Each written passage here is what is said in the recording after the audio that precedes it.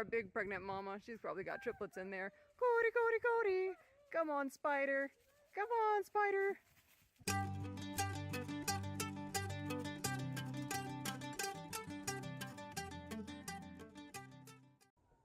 Welcome back to Mother Udder. This year we started out with 6 female goats and 4 male goats, but by the end of the season we had 24 goats. Our females gave birth to 14 babies. And while we were prepared for the pregnancies and the births, we weren't quite prepared for that many baby goats. In this video, I'm going to share with you how we prepare for the births. Is Sierra's half-sister, Manzanita, with her 2 babies. There's her little boy. There's her little girl. Hi, Manzanita. Well, we have a bucket of water and a little feed container that's just right for feeding each girl twice every day with the grains and nutrients and trace minerals that they need each day. And then they each have a hay bag, which is filled twice daily as well. And then each has a pallet with some plywood or other kind of more structurally sound wood on top of that. That keeps them out of the muck and mud when we have rain. And there's usually like a half of a dog house or a half of a dog crate filled with clean bedding every day that the babies will sometimes snuggle inside of if it gets extra cold. And each one of these has one of those. Depending on how many babies there are and how big the babies are, we may have different sizes. There's one right over here for Sierra. And again, she has water and a little food container. She hasn't been eating much food today. You see her panting there? She is in labor. That noisy little bawl you just heard from Sierra, that's the noisiest we've ever really heard her get. So she's been oozing, and you can see the rear hindquarters here. She's dropped. You can see the bony ridge of her spine and how she's filled out here in her tummy. Her babies have dropped. You can see her sides heaving. This isn't because she's thirsty or she's hot. It's a nice cool day. She's in labor. She's going to be bringing those babies into this world here pretty soon. This is our basic baby kit, our baby first aid kit. In here we keep Jumpstart Plus, which is that oral microbial gel. That is for multiple different kinds of livestock species. It's got probios and all kinds of stuff in it, natural occurring microorganisms, vitamins and minerals. We also keep a type of Kid Start in there. It's on the other side. We keep a digital scale in there so we can measure the weight of the kids. I keep these canvas drop cloths from your hardware store to lay down when you receive the babies. It gets messy in here, and it's nice for them to be received into an area that's pretty clean. Some people will use doggy pee pads and then dispose of them. We use these, and then we put them in our washer because we have a washer that's capable of decontaminating.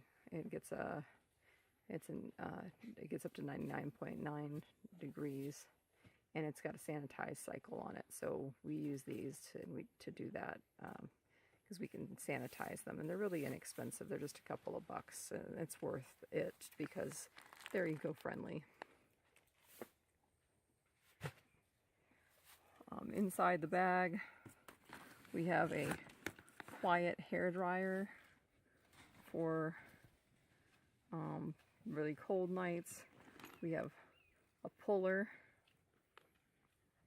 for pulling babies if it's a calf puller technically, if they happen to be in the wrong direction. But usually we can get our hands in there. You're gonna have a pair of scissors that is meant to cut the umbilical cords.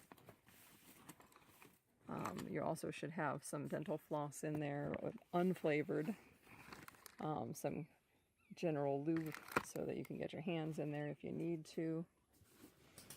On the other side of this, I have my Mama Ketosis elixir mixed up there. That's ketosis and that's corn syrup and molasses. I also keep Pepto-Bismol in there for in case of bloat.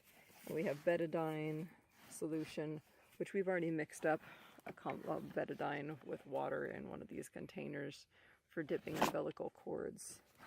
And inside the center here, we have gloves and wraps and colostrum and all kinds of other goodies just in case they're needed. I have another first aid kit sitting outside of the fence just in case of emergencies. I also have some really extra long gloves in here that go all the way up to my elbows in case I actually have to reach all the way inside of a mama and pull out a baby that might be stuck the wrong way. We don't do that unless we feel like it's necessary. Most mothers can take care of it themselves, but if we've got a baby pushed the wrong way, and I don't mean backwards, because although nose first with nose first and toes first is the normal presentation, another similar presentation that is normal is butt and hind feet first. But if they're coming out butt first with no toes, that is also a somewhat typical presentation, but for a new mother might be a little more difficult. If she can do it on her own, that's great. If she can't, you can push the baby back and grab the toes and bring him out. But if you've got one with 1 foot forward and 1 foot back, she might be able to deliver him that way, she might not. But if his head is cocked backwards, you've got to push him back in and get his head facing the right direction, or you might end up with a broken neck. And in those cases, you really got to either push him back in and get his head turned back around, either with your own hands or with one of those pullers. If their vagina is large enough that you can get your hands in there to get it, that's great. But if you're experienced enough, but if not, you've got to use one of these pullers to get their head turned around. And that can be really complicated for a first time or a newbie goat goat owner.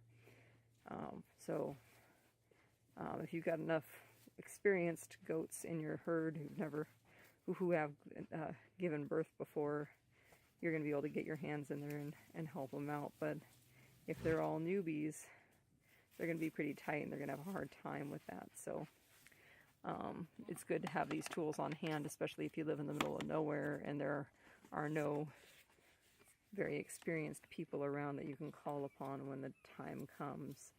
So watch a lot of videos about this and go to goat education days at your cooperative extensions and learn as much as you can, because you don't want to lose both your mother and your babies when that happens.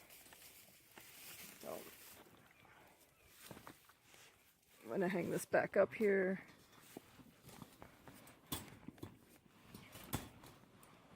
And have everything ready there. I like these husky bags because they're, ready to go. I prefer the ones that are enclosed, but this is the one that I was given, and it's working right now for this year, but I think next year we're going to have one that zips up so everything stays nice and clean and doesn't get filled with hay there. Another thing is to always have fresh water on hand, clean water, make sure it's good and clean. I have a little blue kitty bucket out there with some alfalfa in it right now. The kids have also prepared her some yummy treats for afterwards, but first you want to make sure that when the babies do start coming, that she gets those babies cleaned off and pays adequate attention to the babies before you start giving her treats and distracting her. So if she's a new mother, she might not know what the heck just happened to her and what these things are that just came out of her, what to do with them. And you can help her out with that by not, there she's laying down because those contractions hurt. You can help her out with that by not getting in the way. Encourage her by taking a little bit of the goo from the baby and putting it on her nose and putting the baby in front of her. Don't dry the baby off yourself unless it's really, really cold. Just don't do it. Let her figure it out. If she still shows no interest in cleaning that baby off after a little while, maybe 20 minutes, maybe 30 minutes at the most, get that baby to try latching onto her udder, and nature will usually take its course. She'll figure out that that is her baby, and if you pointed it in the direction of her udder with its butt towards her face, oxytocin will start kicking in and she'll start licking that baby and cleaning him off herself. And that is important. That's part of the bonding process. She needs to bond with that baby so she won't reject it. After she's had some time licking and cleaning the baby and he's had some time drinking the milk and he starts getting exhausted and tired and ready for some sleepy time, then you can help with drying him off. And you can take a nice towel or cloth and help her dry him off if she'll let you. And after you've done that, if it's a cold night, you can take out that quiet hair dryer and give him a good blow dry. If she doesn't show any interest right away in cleaning that baby, it might be because she has another one in there, especially if she keeps laying down right away. She might be having more contractions because she's got another one in there. So, don't be discouraged if that's what's going on. Let her do her thing. Give her some more time. It could take a little while for a first mother to give birth to her second child, her second kid. That's a good girl. When the babies start coming, we'll try and get some video of that. Sierra's a good baby. Yes, she's a good mama.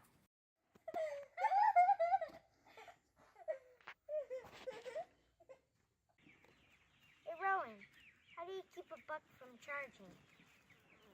You take away its credit card.